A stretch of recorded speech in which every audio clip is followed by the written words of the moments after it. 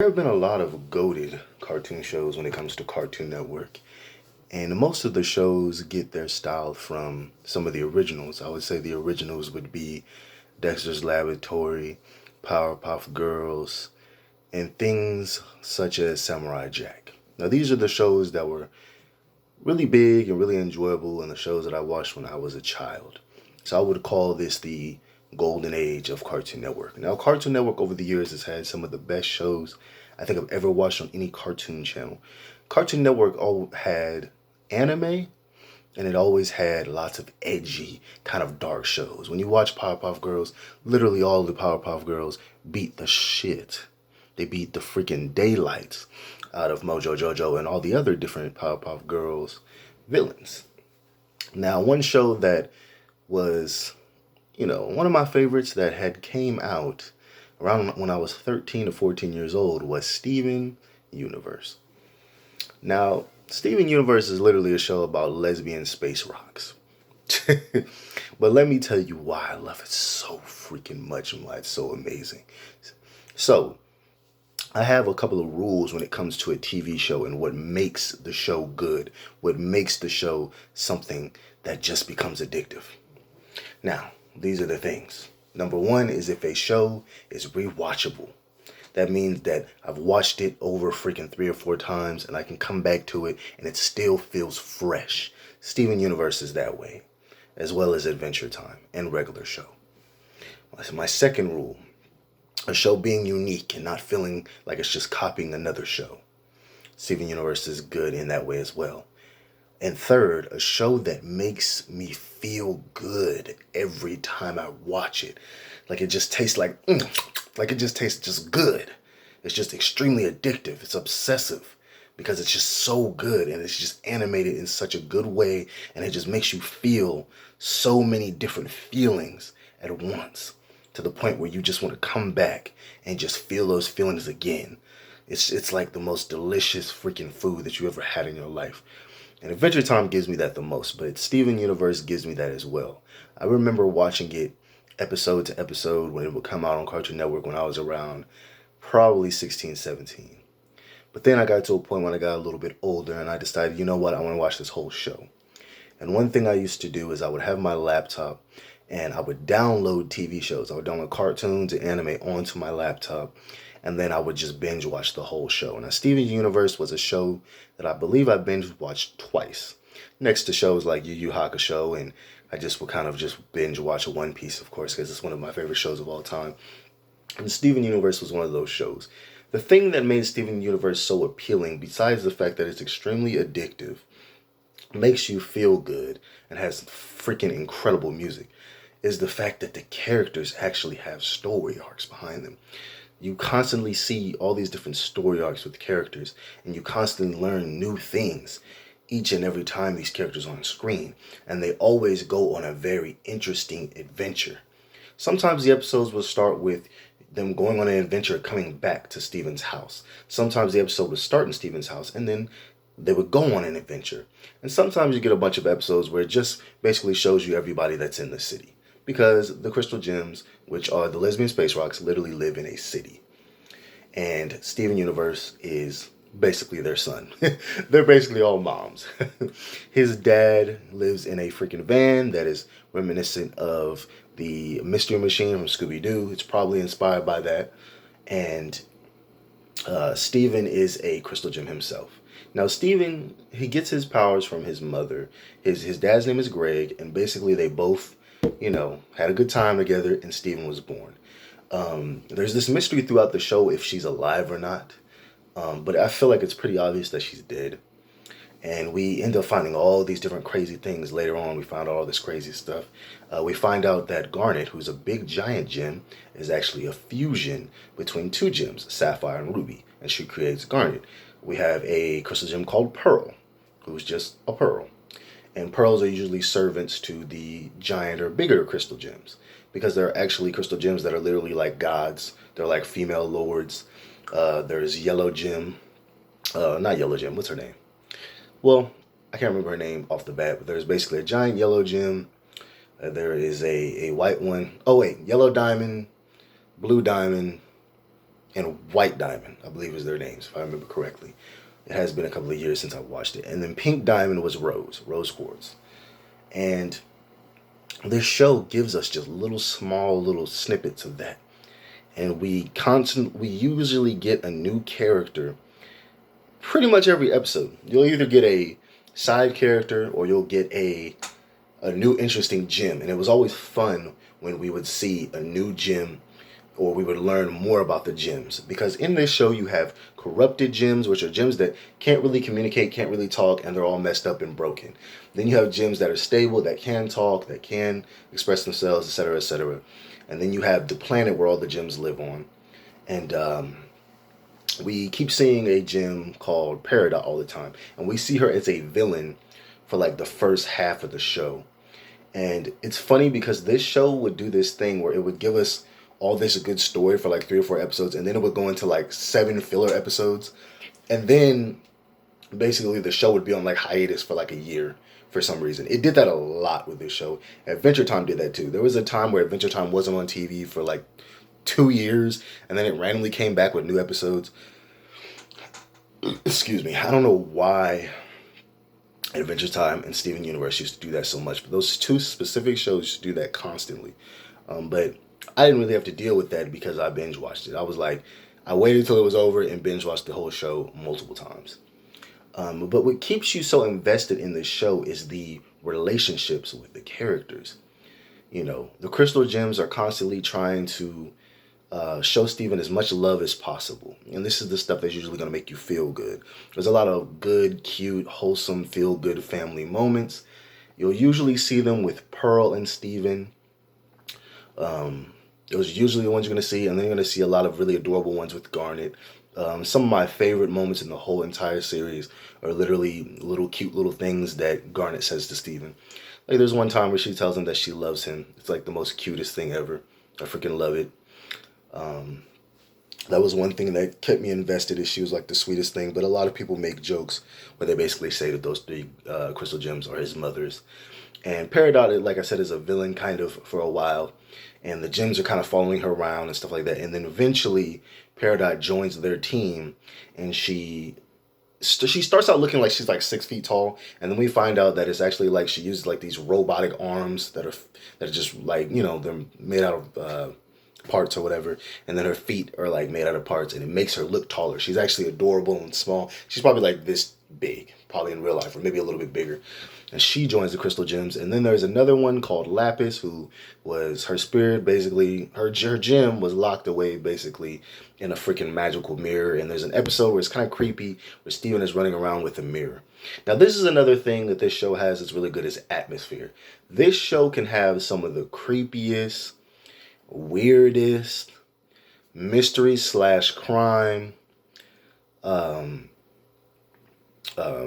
thought-provoking type of episodes, and it can be like really simple stuff. There was one where Steven gets locked in this room, because there's like this room that the gems have. They have their own rooms, but basically there's like this door. You go into the door and it switches and shows you different areas. And there's one time where Steven goes in there and he literally creates a whole city. It's Rose's room, and he creates a whole city, and he thinks it's the real gems and stuff, and he basically gets trapped up in there. And for like a whole episode. It was really freaking entertaining, and it was kind of creepy. And it was kind of dark. And that's the thing about this show. I've heard people say that this show is not written well, and I have to highly disagree. I think this show has some of the best atmosphere I've ever seen in a cartoon, and has some very good character moments, and will keep you guessing. Now, like I said, it's a really good show because it's addictive. It's extremely fun to keep watching it. The episodes are very quick as well. So since the episodes are so quick, it leaves you wanting more. It's like if you're eating chicken wings. You just didn't want another one. That was fast.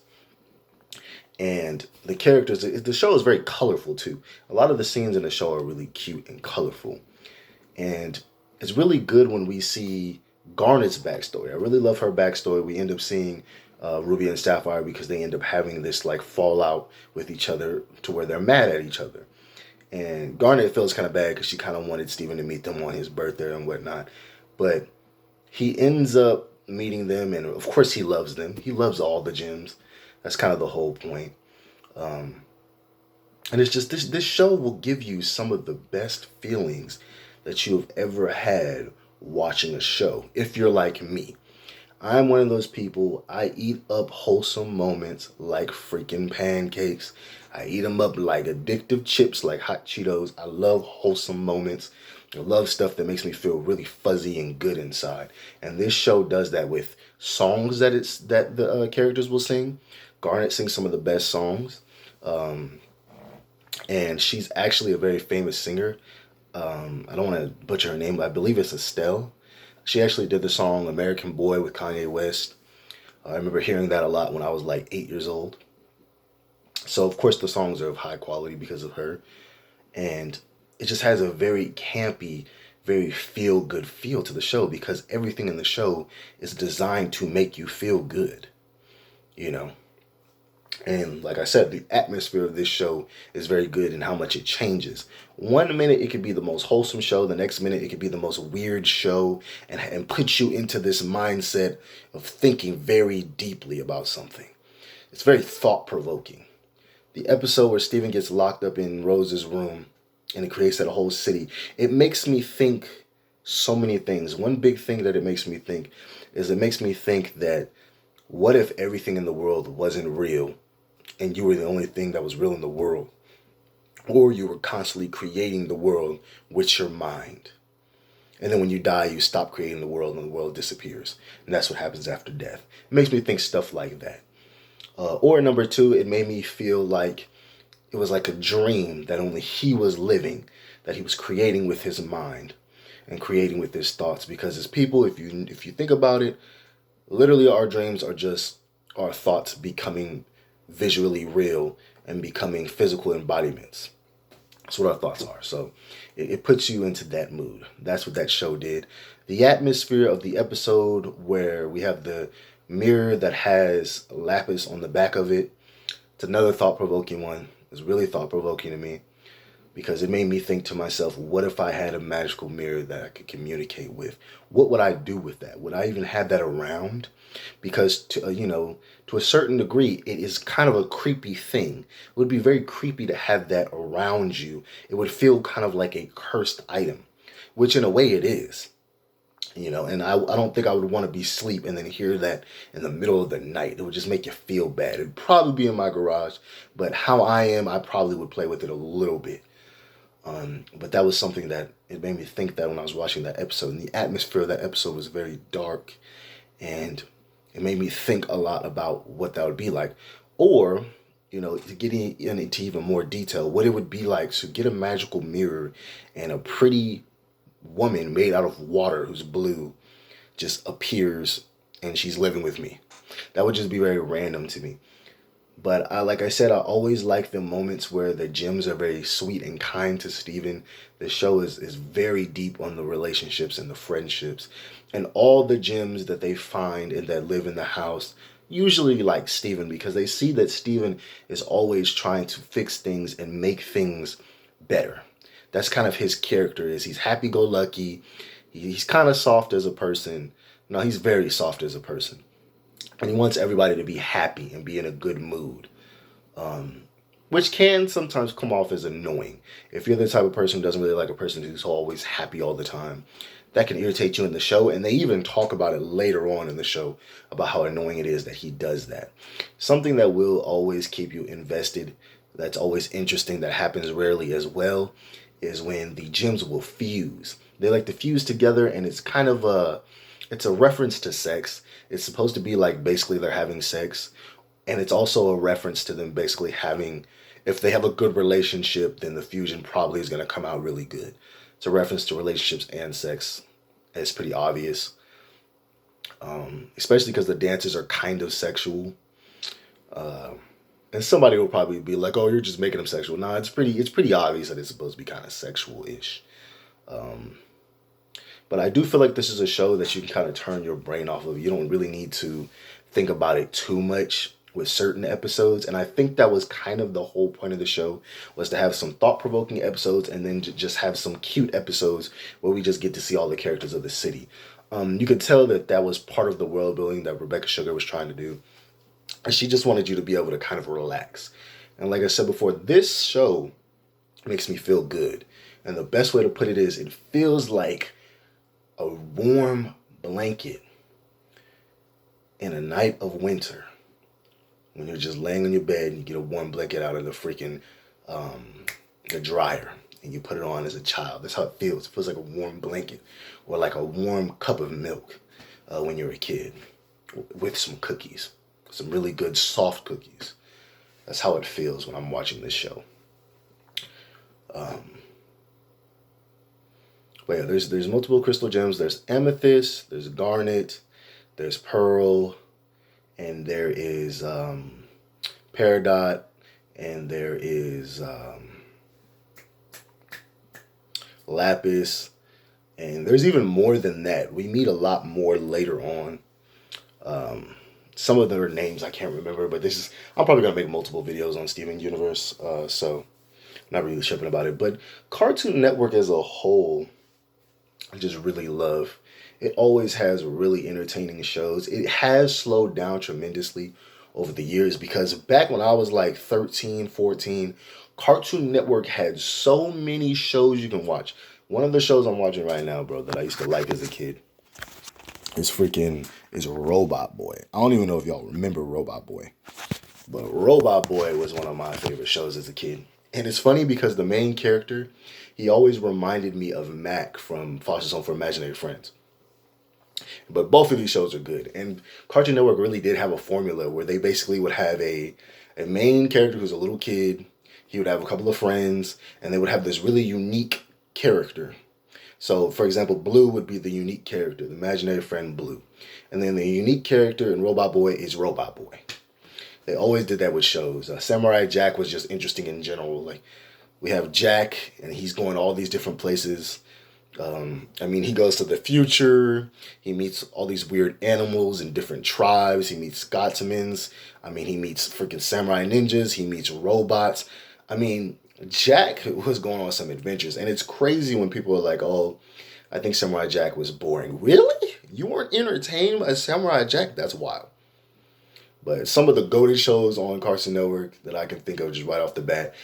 Hey, Batman Beyond, freaking Robot Boy, Samurai Jack, Ed, Ned and Eddie, Foster's Home for Imaginary Friends, Courage the Cowardly Dog, My Gym Partner's a Monkey, Camp Lazlo, and Powerpuff Girls, the original one. The new one's not too bad, but the old school one was just amazing. That show, you can tell, I love this show because the show is like super edgy. Like at first you think it's like a little girl show, and then it's like, no, that's the whole point. That's the irony, is that it's little cute, adorable little girls. They're anime-esque, and they beat the crap out of a whole bunch of different dudes who are grown men. It's so obvious that it was inspired by anime. There's even an anime Powerpuff Girls show, which is crazy. But yeah. Steven Universe is probably one of the best shows. You will always get that good feeling when you're watching it. You always have all this fun, finding out all the different mysteries and going to all these different places in the show. Sometimes they go down into like these weird ancient sewers. Sometimes they go upwards into ancient mountains. Sometimes they go into ancient dungeons, and it feels like a video game. And it also has a very classic, beautiful house, because this is something I've realized that a lot of shows have. Another amazing show is Kids Next Door. A lot of shows have a very iconic house. One of the most iconic houses is literally the Kids Next Door Nigel Uno house. His house is at the bottom, and then you got the giant tree in the back that has all the that's the secret base for our 5 K&D members. That was one thing I always loved, was the tree houses. The tree houses in that show are iconic. The Boondocks house, iconic. Freaking Finn and Jake's tree, iconic. Foster Home for Imaginary Friends, the Foster Home, iconic. The city of Townsville, that's iconic. But their house is also iconic when you look at it. A very iconic house. Dexter's Laboratory, honestly, is iconic. It's so freaking interesting to go upstairs into your little son's room, press a button, and then you go down this little tube, and then you're in a jumbo-sized library. Not library. What the hell am I talking about? A giant laboratory. I'll say a library. Hey, that would be kind of interesting, too. Somebody got a secret library or something. But yeah, this show is one of the most goated shows. Avatar: The Last Airbender is another one. That one is, of course, on Nickelodeon, but that was another goated show that I liked as a kid. Um, but Cartoon Network, Nickelodeon, and Disney Channel, boy, had some of the best shows back in the day. Cusco's New School, The Little Mermaid, Hercules, The Show, American Dragon, Jay Long, Recess. What else? I used to stay up till 3 o'clock in the morning and watch all of these shows. I used to stay up till 3 o'clock in the morning and watch Nicktoons Network too, because they used to have like Martin Mystery, and they used to have Cat Dog would come on, Rugrats would come on. Rocco's Modern Life is the GOAT. I freaking love that show with a passion. That is one of the best cartoons. I used to be like obsessed with that show as a kid. I remember the exact time it came on. It came on at 12:30 at night on Nicktoons Network. Kappa Mikey. People always forget about Kappa Mikey. Um, what else, bro? I used to watch so many cartoons. Like Steven Universe isn't even like the tip of the iceberg. I was one of them kids. I watched every single cartoon that was on TV, even the ones that people didn't really like. I remember I used to watch shows like Tuttenstein, which was on the Discovery Kids channel, the Time Warp Trio, Kenny the Shark. Johnny Test was the one that used to come on Cartoon Network all the time, but it was also on Kids WB. Um, and I remember Toon Disney. Digimon used to come on at 3 o'clock in the morning on Toon Disney. Freaking Spider-Man is Amazing Friends, Spider-Man Unlimited, and Spider-Man the Animated Series 1994 used to come on at nighttime on Toon Disney before it was Disney XD, and I used to freaking love it. Gargoyles used to come on. That was my show. Oh, man. I used to watch so many freaking cartoons. Sonic was actually on Jetix, bro, in some areas. I guess Brazil or something. I don't remember ever being on Jetix out here. And then Naruto was on Jetix too. I do not remember that, bro, as a kid. But apparently they were on that channel. But I do remember Digimon coming on at 3 o'clock in the morning, and it was like the second series where it shows them like naked when they're inside the Digimon for some reason. Um, Digimon was always one of the most unique shows to me. Bakugan was fire on Cartoon Network. I'm telling you, but there was some fire shows when I was a kid. Courage the Cowardly Dog is like a work of art. You can tell that like Adventure Time and regular show, all the newer Cartoon Network shows, most definitely got inspiration from that. Do you guys remember the X's, bro? The X's on Nickelodeon was hard. That show went hard, and it reminded me of The Incredibles. This freaking video was supposed to be about Steven Universe, but to be honest, I'm gonna be like Steven Universe and all the other cartoons from my childhood. That's a good name for a video. Like, comment, subscribe. If you need friends, hit me up. I will freaking talk to you for hours about cartoons if you're into cartoons. If you have this low self-esteem, you're feeling depressed, you're feeling sad, your mind is out of whack, you're feeling like you want to unalive yourself, talk to me. I'll talk to you. I'll get you out of it so quick. I love you guys. Take care. Peace and blessings.